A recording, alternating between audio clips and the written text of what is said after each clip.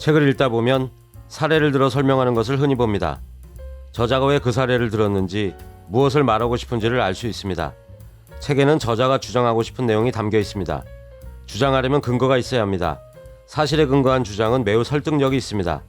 근거, 데이터, 당위를 논리로 내세우고 주장을 하면 독자에게 신뢰를 얻을 수 있습니다. 반면에 논리와 근거가 빈약한 글은 저자가 얄팍한 논리로 자기 말을 무조건 믿으라는 것과 같습니다. 어느 독자가 강연을 들으러 갔습니다. 강연자가 인사이트 있는 내용을 참신하고 풍부한 사례로 풀어갑니다. 전혀 지루하지 않습니다. 강연자가 일본의 한 쌀집 이야기를 꺼냅니다. 이미 쌀의 소비가 눈에 띄게 줄어들고 있는 상황인데 쌀을 비싸게 팔면서도 크게 성공한 도쿄의 쌀집 이야기는 신선합니다. 또 강연자는 다른 사례를 듭니다. 인터넷이 발달하면서 잡지를 보는 사람들이 줄어드는데 연봉 3억 이상의 고객을 대상으로 잡지를 만드는 이야기를 합니다. 정기 구독을 해도 잡지 가격이 비쌉니다. 이 잡지는 구글에서 찾을 수 없는 고급 정보만을 다룹니다.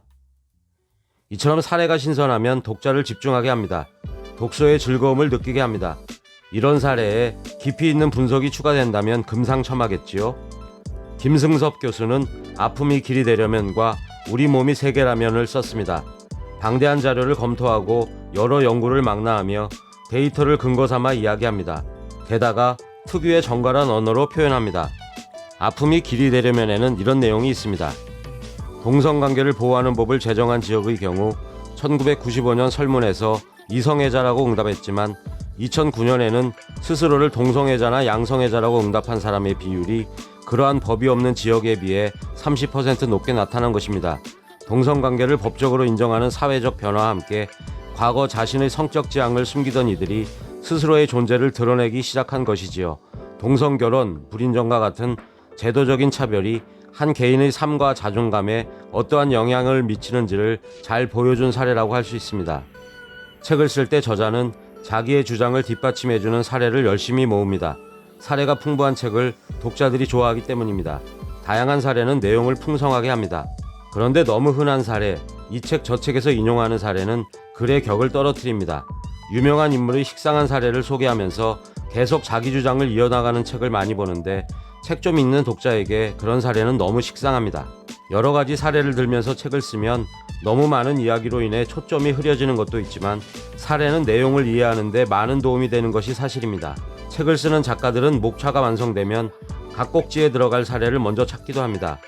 사례를 찾을 때는 내 생각과 맞지 않는 새로운 정보, 다른 분야의 새로운 정보에도 호기심을 가져야 합니다. 내 생각과 일치하는 사례만 수집하기보다 내 주장을 반박하는 정반대의 사례도 찾아야 더 좋은 글을 쓸 수 있습니다. 이야기 속 모든 내용은 독자가 알 필요가 있는 것이어야 합니다. 사례를 드는 것은 중요합니다. 더 중요한 것은 사례를 나열하는 것이 아닙니다. 사례를 인사이트 있게 해석해 주어야 합니다. 사례가 방대한 자료에서 얻은 것이든 여러 연구를 망라한 사례든 데이터를 근거 삼은 사례든 반드시 저자의 생각과 관점, 철학이 뒷받침되어야 합니다. 리사 크론의 끌리는 이야기는 어떻게 쓰는가에 나오는 문장으로 오늘 영상을 마무리합니다. 이야기를 통해 얻는 즐거움은 결코 사소하지 않다. 이야기를 통해 우리는 현실에서의 진짜 삶을 잠시 뒤로하고 다른 사람의 삶을 살아본다는 것이 어떤 것인지 실제로 느끼고 경험할 수 있다. 오늘 영상이 도움이 되셨다면 좋아요와 구독 버튼을 눌러주세요. 감사합니다.